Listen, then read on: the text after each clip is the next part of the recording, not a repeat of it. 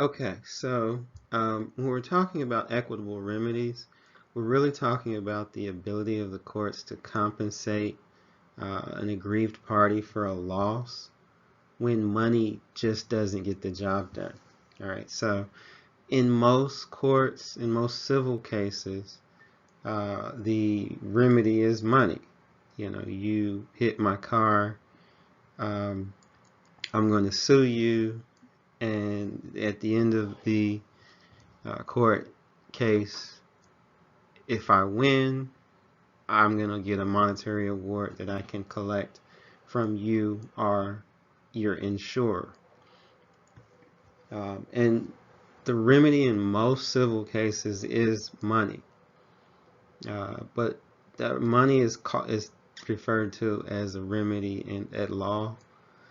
A remedy in equity is something that gives the court the ability to force a party to do something or to prevent a party from doing something. So we'll talk about these remedies as specific performance, which is forcing a party to do something.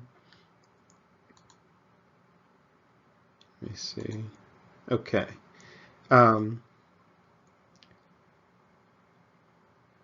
I mentioned specific performance, which forces a party to do something. The opposite of specific performance is called an injunction or injunctive relief, which is preventing a party from doing something. And we often see injunctive relief in intellectual property cases, patent or copyright infringement cases, and you want the other party to stop infringing upon your behavior, on your intellectual property. All right. So that's really the best way to think of equitable remedies is the court either forcing a party to do something or preventing a party from doing something.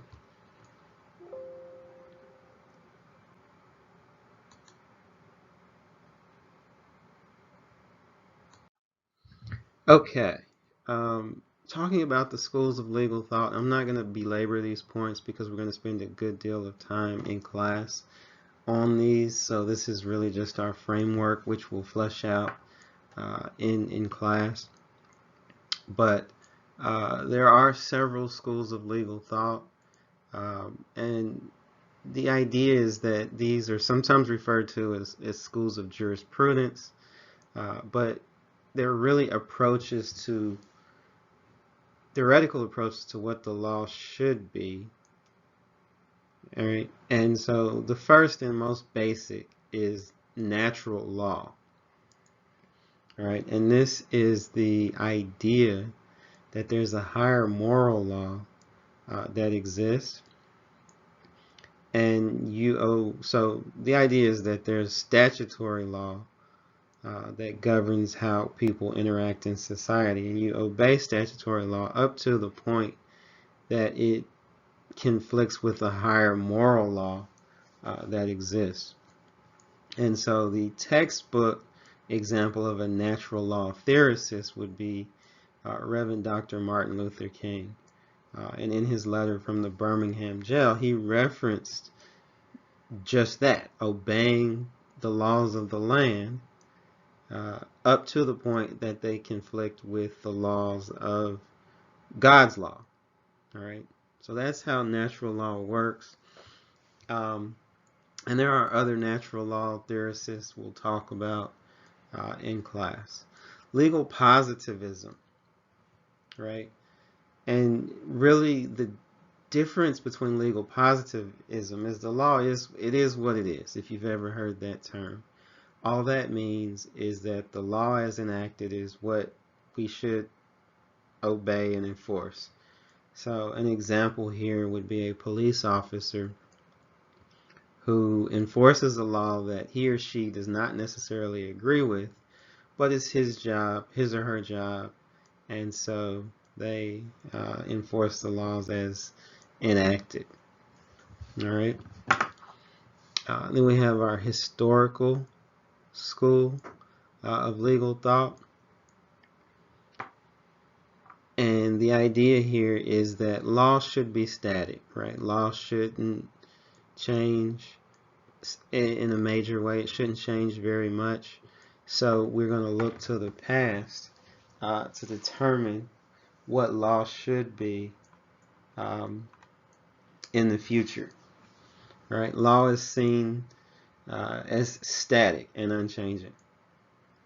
All right? And the best legal doctrines stand the test of time.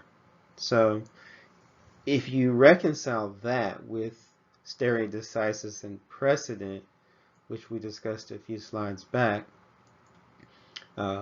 precedent is derivative from the historical school of legal thought. All right, and then we have legal realism.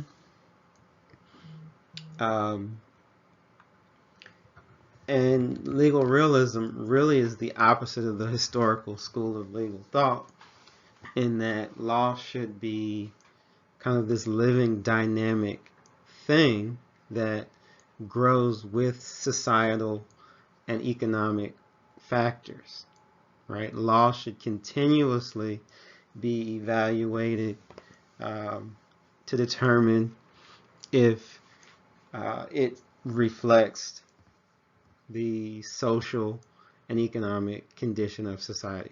So one example of this would be the recent Supreme Court legalization of gay marriage. All right. Prior to that, gay marriage was illegal. It was not a constitutionally protected right. Society shifted, or at least society, what society put forth shifted, and the law also shifted to reflect that. Okay.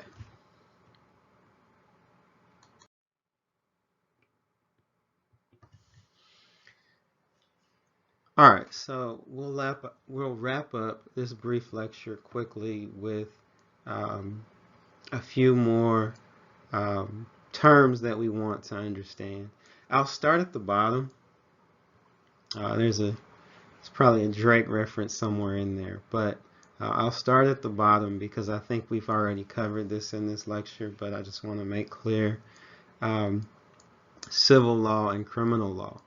So I've covered this. I didn't use those terms. The very first slide, we talked about law and how it affects the interactions between you and other people in society. Well, that's civil law. All right. So if you, are sued, you're driving your motor vehicle and you cause an accident and you're sued for damage to a vehicle. That's civil law, right? And that would also include lawsuits between people and businesses, all right? Disputes among private individuals. Criminal law is for wrongs committed against society. So criminal law, if you are caught stealing and arrested, yes, you stole from a business, but there's a criminal law making that illegal as well, and you can be tried and sentenced to jail, fined,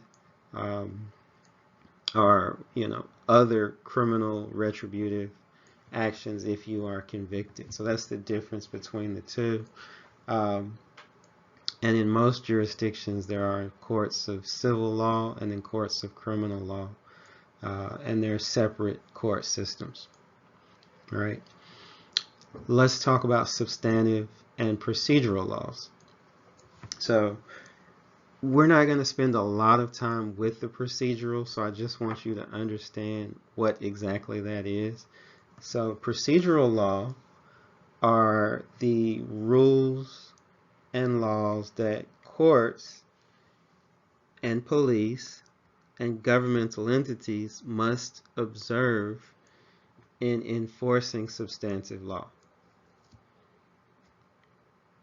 In other words, if you're pulled over for a traffic stop, there is a procedure that the cop must have seen you traveling, that the police officer must have seen you traveling at an excessive rate of speed, failing to maintain a lane, uh, expired registration. There must have been something procedural that allowed the officer to start a traffic stop. That's procedural. Substantive is the law that you're subject to while driving in your car, or while walking down the street, or while existing in society. So when you think about substantive laws, those are the laws that govern the conduct of people as they exist and move about in society. And procedural laws are the laws that govern the concept that govern governments as they enforce substantive laws. Okay.